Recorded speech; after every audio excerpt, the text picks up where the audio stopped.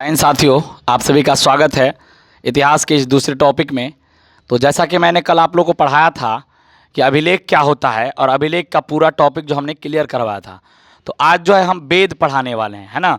वेद से संबंधित भी प्रश्न देखने को मिलता है, तो हम आज वेदों के बारे में जो महत्वपूर्ण बिंदु है उस पर डिस्कस करेंगे और आपको ज़रूर अच्छा लगेगा। तो चलें, ज़्यादा देरी करते नहीं हुए हम वेद को पढ़ते हैं। तो सबसे पहले हम जानेंगे वेद, है ना, कि वेद क्या है। तो वेद भारत का सबसे प्राचीन धर्म ग्रंथ है। वेद जो है वो भारत का सबसे प्राचीन धर्म ग्रंथ, पूछेगा सबसे प्राचीन धर्म ग्रंथ भारत का क्या है, तो वह है वेद। ध्यान रखिएगा, वेद जो है भारत का सबसे प्राचीन धर्म ग्रंथ के अंतर्गत उसको गिना जाता है। ठीक है। वेद की रचना संस्कृत भाषा में, याद रखिएगा, वेद की जो रचना है वो संस्कृत भाषा में महर्षि वेद व्यास ने किया था। कौन किया था? महर्षि वेद व्यास ने किया है। तो वेदों की रचना करने वाले ऋषि का जो नाम है वो है महर्षि वेद व्यास, और वेदों का रचना जो है वो संस्कृत भाषा में किया गया है। ठीक है, याद रखिएगा, वेदों का जो रचना है वो महर्षि वेद व्यास ने संस्कृत भाषा में किया है। जो वेदों की संख्या होती है ना, वेदों की संख्या 4 है। कितने हैं? वेद की संख्या 4 हो। तो कौन कौन है? तो है ऋग्वेद, अथर्ववेद, सामवेद और यजुर्वेद, सामवेद और अथर्ववेद। यानी वेदों की संख्या कितना है? 4। और ध्यान रखिए कि वेदों के समूह, वेदों यानी चारों वेदों के जो समूह है उसको वेद संहिता कहा जाता है। ये प्रश्न यहां से बनता रहता है एग्जाम में कि वेदों के समूह को हम क्या बोलते हैं, तो वेद संहिता। यानी चारों जो वेद है, ऋग्वेद, सामवेद, यजुर्वेद, अथर्ववेद, इनके समूह को हम क्या बोलेंगे? वेद संहिता बोलेंगे। क्या बोलेंगे? वेद संहिता कहा जाता है। कदा ऋग्वेद हम बात करेंगे, पहला वेद ऋग्वेद सबसे प्राचीनतम वेद है, सबसे प्राचीन वेद है। यानी इन चारों वेद में सबसे प्राचीन जो वेद है वह है ऋग्वेद। कौन सा है? ऋग्वेद। याद रखिएगा, सबसे प्राचीन जो वेद है वह है ऋग्वेद। ठीक है, यहां तक क्लियर हो गया आप लोग को। अगला है कि ऋग्वेद में 10 मंडल। ऋग्वेद में कितने मंडल है? 10 मंडल। याद रखिएगा, ऋग्वेद में टोटल 10 मंडल है, 1028 सूक्त हैं। सूक्त की संख्या कितना है? 1028, और 10,600 मंत्र हैं। 10,600 मंत्र हैं। कहीं कहीं 10,500 भी देखने को मिलता है। याद रखेंगे, 10,600 तो कहीं कहीं 10,500। तो ज्यादा आपको रखना है, ऋग्वेद में 10 मंडल, ये 1028 सूक्त और 10,600 या 10,500 मंत्र हैं। ठीक है, ये याद रखिए, यहां तक क्लियर।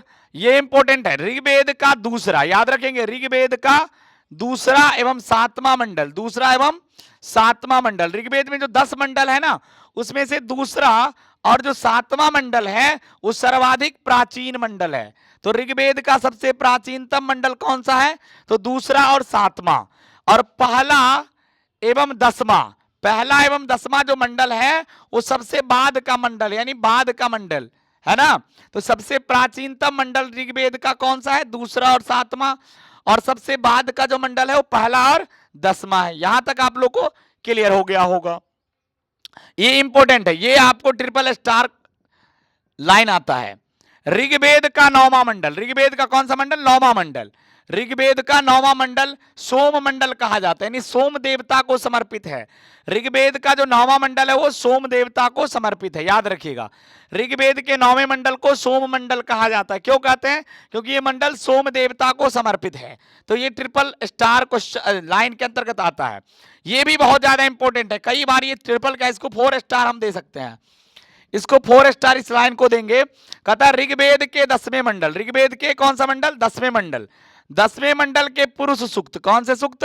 पुरुष सूक्त। ऋग्वेद के 10वें मंडल के पुरुष सूक्त में सर्वप्रथम वर्ण व्यवस्था, यानी हमारा जो समाज था उसमें वर्ण व्यवस्था का वर्णन, यानी जो आपको ब्राह्मण, क्षत्रिय और वैश्य एवं शूद्र, है ना, यानी वर्ण व्यवस्था का जो वर्णन मिलता है वो ऋग्वेद के 10वां मंडल के पुरुष सूक्त में। याद रखिएगा कि वर्ण व्यवस्था का जो वर्णन है वो ऋग्वेद के 10वें मंडल के पुरुष सूक्त में किया गया है। ऋग्वेद के 10वां मंडल के पुरुष सूक्त में सर्वप्रथम वर्ण व्यवस्था का उल्लेख मिलता है कि हमारा समाज जो है वो 4 वर्णों में बटा हुआ था। वो था ब्राह्मण, क्षत्रिय, वैश्य और शूद्र। उसका उल्लेख ऋग्वेद के 10वें मंडल के पुरुष सूक्त में मिलता है। अगला है प्रसिद्ध गायत्री मंत्र। आपको याद होगा प्रसिद्ध गायत्री मंत्र, प्रसिद्ध जो गायत्री मंत्र है वो ऋग्वेद से लिया गया है। पूछेगा कि गायत्री मंत्र किस वेद से लिया गया है? गायत्री मंत्र किस वेद से लिया गया है? तो ऋग्वेद से लिया गया है। अब चलते हैं, ऋग्वेद से इतना प्रश्न खत्म हो गया। सामवेद, तो सामवेद को, कौन से वेद को? सामवेद को भारतीय संगीत का जो जनक माना जाता है। भारतीय संगीत का जनक किस वेद को मानते हैं? तो सामवेद को। और सामवेद, ध्यान रखिएगा, सामवेद में जितने भी मंत्र है उसमें से अधिकतर मंत्र ऋग्वेद से लिया गया है, और सामवेद में केवल 78 को जो मंत्र है वो नया है। बाकी जितने भी मंत्र है वो सारे ऋग्वेद से लिया गया है। तो भारतीय संगीत का जो जनक है वो सामवेद को कहा जाता है। अगला है यजुर्वेद। कौन सा वेद? यजुर्वेद। तो यजुर्वेद में यज्ञों के नियम, किसके नियम? यज्ञों के नियम, विधि विधान, यज्ञों के नियम और विधि विधान का जो वर्णन है वो यजुर्वेद में किया गया है। इंपॉर्टेंट लाइन है, यज्ञों के संबंधित नियम विधि विधान का जो वर्णन है वो किस वेद में किया गया है? तो यजुर्वेद में किया गया है। यजुर्वेद दो तरह का होता है, एक होता है कृष्ण यजुर्वेद और एक होता है शुक्ल यजुर्वेद। तो यजुर्वेद की कितने शाखा हैं? तो 2 शाखा हैं, एक है कृष्ण यजुर्वेद और एक है शुक्ल यजुर्वेद। ये भी थोड़ा याद रखेंगे। देखिए हम ये जो सेशन कर रहे हैं ना, इसमें महत्वपूर्ण बिंदु को हम उठा के चलेंगे, है ना। जो आपको दिक्कत होता है एग्जाम में बार बार, उसी बिंदु पर हम काम करेंगे। जनरल बिंदु तो आपको आता होगा, ठीक है। तो यज्ञों के नियम विधि विधान का वर्णन यजुर्वेद में किया गया है, और यजुर्वेद को 2 भाग हैं, 2 शाखा हैं, एक कृष्ण यजुर्वेद और एक शुक्ल यजुर्वेद। अगला है यजुर्वेद एकमात्र वेद, एकदम इंपॉर्टेंट, ये 4 स्टार लाइन है। यजुर्वेद एकमात्र वेद है जिसमें गद और पद दोनों प्रकार के मंत्र हैं, गदात्मक और पदात्मक। ऐसा कौन सा वेद है जिसमें गद और पद दोनों प्रकार के मंत्र हैं? तो याद रखेंगे वो है यजुर्वेद। यजुर्वेद एकमात्र वेद है जिसमें गद और पद, कौन सा है?